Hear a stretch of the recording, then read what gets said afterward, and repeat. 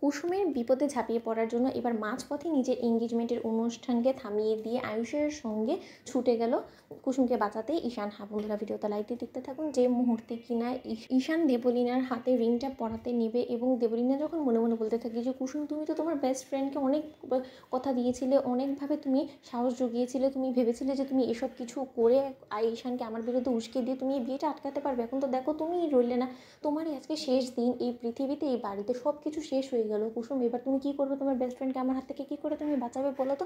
দেখো না, তুমি সামান্য একটা এঙ্গেজমেন্টকে অবধি ঠেকাতে পারলে না।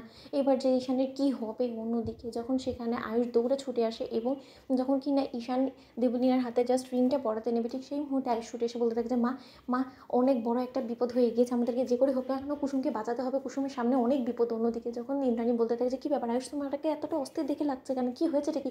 ঠিক সেই মুহূর্তে শঙ্কর ছুটে এসে এবং বলতে থাকে আয়ুষ বাবা কী হয়েছে, তুমি এরকম কেন বললে, আমার মেয়ের অনেক বিপদ, বলো না। ঠিক সেই মুহূর্তে যখন আয়ুষ বলতে থাকে যে আমাকে কুসুম ফোন করেছিল এবং ও খুব খারাপ পরিস্থিতির মধ্যে আছে এবং যতটুকু আমি ওর হাব ভাব দেখে বুঝতে পারলাম, আমার মনে হচ্ছে যে সঞ্জয় নামক ছেলেটাকে বিশ্বাস করে শঙ্কর কাকা তুমি অনেক বড় একটা ভুল করেছো এবং ওর হাতে তুমি তোমার মেয়েকে সঁপে দিয়ে তুমি তোমার জীবনের সবথেকে বড় ভুল করেছো এবং তোমার মেয়ের জীবনটা রীতিমতো তুমি মৃত্যুর দিকে ঠেলে দিয়েছো। আজকে তোমার মেয়েকে নাও পাওয়া যেতে পারে, এতটুকু অন্তত তুমি জেনে রাখো। অন্যদিকে যখন ঈশান মাঝপথে এঙ্গেজমেন্টটাকে আটকে রেখে দিয়ে বলতে থাকে যে ভাইদা তুই আমাকে বল কী হয়েছে, আমার বেশ মনে হচ্ছিলো যে আজকে জাদুঘরে কিছু একটা ক্ষতি হতে পারে। অন্যদিকে যখন দেবলীনা বলতে থাকে যে ঈশান তুমি এঙ্গেজমেন্টটাকে মাঝপথে আটকে রেখে তুমি কেন এই কুসুমকে নিয়ে ব্যস্ত হয়ে পড়লে বলো তো? অন্যদিকে ঈশান বলতে থাকে যে জাস্ট শারাপ দেবলীনা, যেখানে কিনা আমার বেস্ট ফ্রেন্ডের বিপদ, সেই বিপদের কথা জেনেও আমি কী করে আমার এঙ্গেজমেন্টটা কন্টিনিউ করি বলো তো?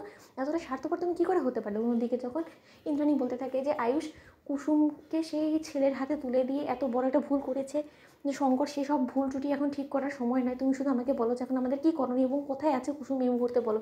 ঠিক সেই মুহূর্তে আয়ুষ বলতে থাকে যে মা আমাকে বললো ও যে কুলদেবীর মন্দিরের আশপাশে কোথাও একটা নিয়ে নাকি ওকে একটা গোপন আস্তানায় নিয়ে আটকে রাখা হয়েছে এবং ওর উপরে নাকি অমানবিক আচরণ করা হচ্ছে এবং খুব একটা বেশি দেরি হয়ে গেলে আমার মনে হয় যে আমরা কুসুমকে বাঁচাতে পারবো। অন্যদিকে যখন শঙ্কর কান্নায় ভেঙে পড়ে এবং বলতে থাকে যে হায় ঈশ্বর, এই তুমি কী শাস্তি দিচ্ছ আমাকে, কী দিন দেখাচ্ছ বলো তো? আমি কি এই দিনের জন্য আমার মেয়ের বিয়ে ঠিক করেছিলাম? অন্যদিকে যখন আয়ুষ বলতে থাকে যে আমি আর এক মুহূর্ত অপেক্ষা করতে চাই না, যত শীঘ্র সম্ভব আমাকে সেই কুলদেবী মন্দিরটা খুঁজে বার করতে হবে এবং একবার যদি আমি শুধু সঞ্জয়কে আমার হাতে পাই তাহলে ওর জাজকে কী হাল করবো আমি, তুমি সেটা ভাবতেও পারছো না। অন্যদিকে যখন ইন্দ্রাণী গাঙ্গুলির কাছে এসে দেবলীনা বলতে থাকে যে আন্টি এসব কী হচ্ছে বলো তো, একটা কাজের মেয়ের জন্য আমার এঙ্গেজমেন্টটা কেন থামিয়ে রাখা হয়েছে বলো তো? অন্যদিকে ইন্দ্রাণী বলতে থাকে যে মুখ সামলে কথা বলে দেবলীনা, যেখানে কিনা একটা মেয়ের এরকম জীবন বিপন্ন হতে চলেছে সেখানে তুমি তোমার কথা ভাবছো কী করে বলো তো? এতটা স্বার্থপর তুমি কী করে হলে? শোনো, গাঙ্গুলি পরিবারের বউ হতে হলে কিন্তু নিঃস্বার্থভাবে সকলকে ভালোবাসতে হয়, সকলকে এক সমান চোখে দেখতে হয়। সেখানে কিনা তুমি তোমার এঙ্গেজমেন্টকে নিয়ে পড়ে আছো, যেখানে কিনা কুসুমের জীবনটা দায়ে লেগে গিয়েছে। অন্যদিকে যখন ঈশান বলতে থাকে যে ভাইরা অপেক্ষা করে আর লাভ নেই, চল। তো বন্ধুরা লাইক, শেয়ার করে সাবস্ক্রাইব করতে ভুলো না।